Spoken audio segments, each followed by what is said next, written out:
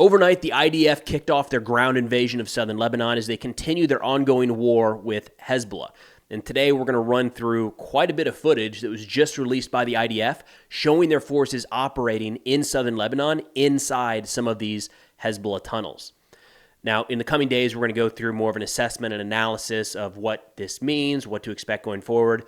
But the volume of footage that was just released that we've never seen before, I felt like was worth its own video to just kind of present and run through. Now, right out the gate, we're going to see some significant Hezbollah tunnels throughout this clip. If you thought what we saw in Gaza was a lot, and it was, there were a ton of tunnels, and they were pretty deep, wait till you see some of these things that Hezbollah has built kind of into the mountains in southern Lebanon.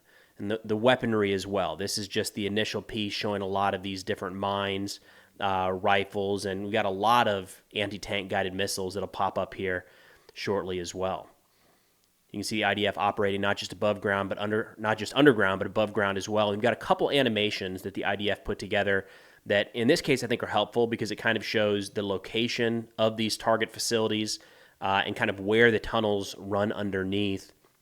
And then they do back out to show what this actually looks like as it's being destroyed. So a lot of this infrastructure was not just infiltrated by the IDF, where they cleared the facilities, pulled out intelligence that we'll see here in a minute, and weapons to identify some of these locations, but then regularly pulled back and detonated the tunnel in on itself.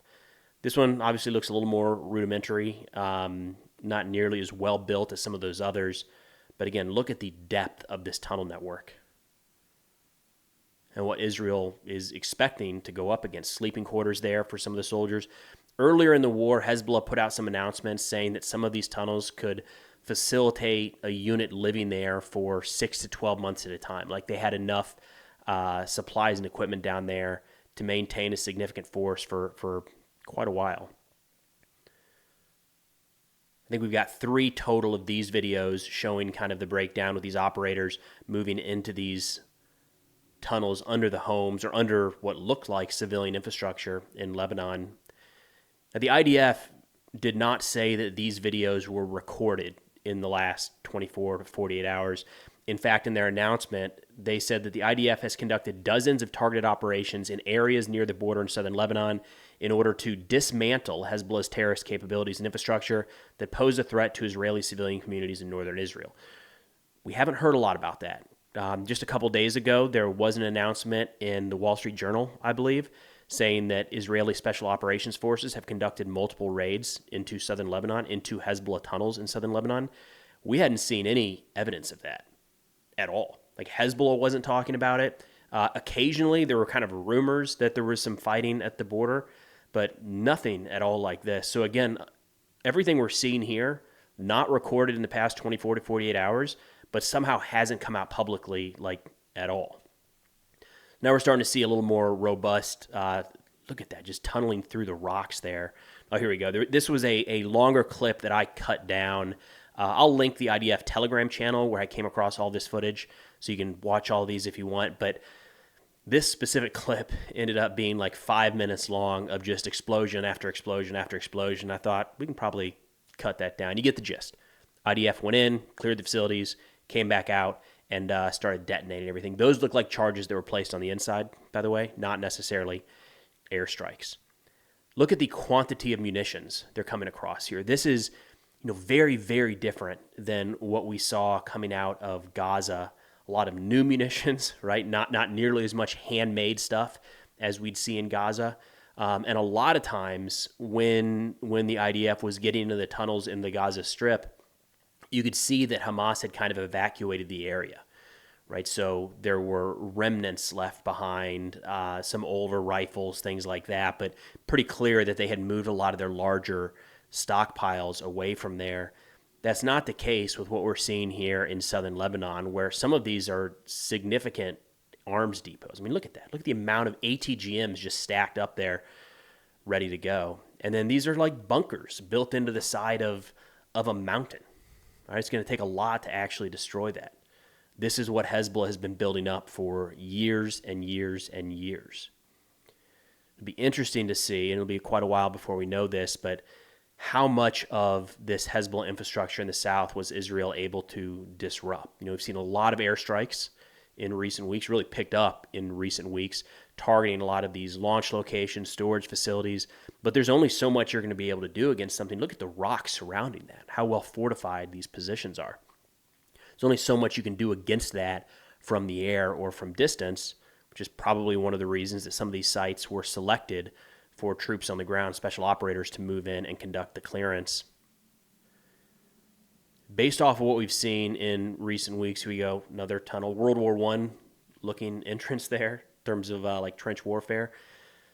Not exactly sure what those are there, but something to make this livable, right? Somebody can probably fill me in on what those big tanks are, whether they're water tanks or something else. But a lot of these tunnel networks are designed for the people to not just move in there and fight for a day or two, but again, live for weeks, maybe even months on end without having to come out to get new supplies and expose themselves to Israeli intelligence and fires. More living quarters. I think we saw a little bit of this clip earlier, actually. There were like 20 some clips and pictures released by the IDF, so we got a ton of different looks of these guys moving through there. Yeah, pretty well built up tunnel here. I mean, this is something that you would see in just the construction of that with the center blocks. Is something you could expect to see in a Western country, like under a city, right? It doesn't look drastically different than a basement in a built up urban environment. I don't recall, having gone through all this footage previously, I don't recall seeing any engagements. Don't recall seeing any firefights. Don't recall seeing any dead Hezbollah militants, which is interesting. Even when they were doing the clearances, Jesus, look at that, 20 feet down that ladder.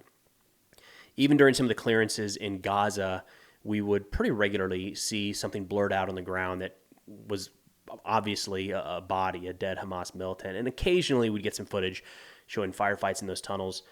Didn't see those at all here.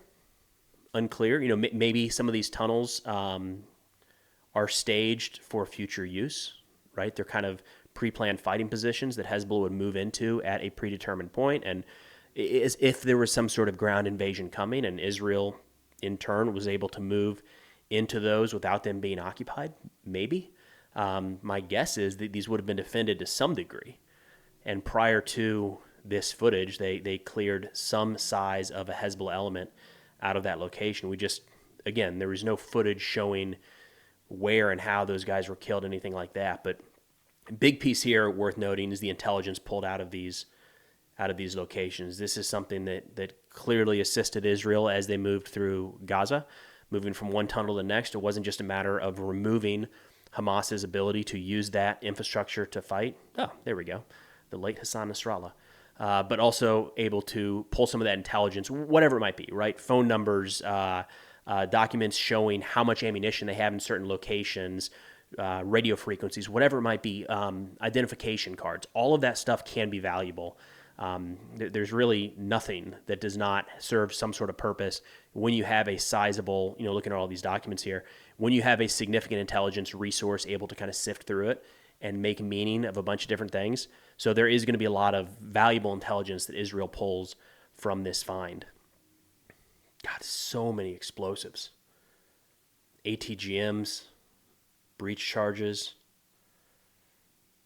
I like that, using the light on the Glock to show everything. Again, a lot of what we're seeing here, especially when you're talking about mines, and to a degree the ATGMs and some of the anti-personnel and anti-tank mines, a lot of that is defensive in nature, which is interesting, right? Looking at this, mostly what we've seen out of Hezbollah in recent months is offensive in the sense of firing rockets, missiles, and drones into Israeli territory. Of course, it looks like what Israel did here was move into some of these locations along the southern portion of Lebanon, along the border of northern Israel. And these were areas that were set up and equipped to repel some sort of Israeli ground offensive or a ground invasion of sorts. Again, fighting back tanks and infantry, things like that. So I guess that's probably the reason that the IDF sent in some number of special operators to clear out these tunnels. Again, I'll go ahead and link all of these, or the Telegram to the source of all these videos in the description below if you want to check that out. But I'll be back in a couple days with more of an assessment of what we've seen so far and how this fight is playing out.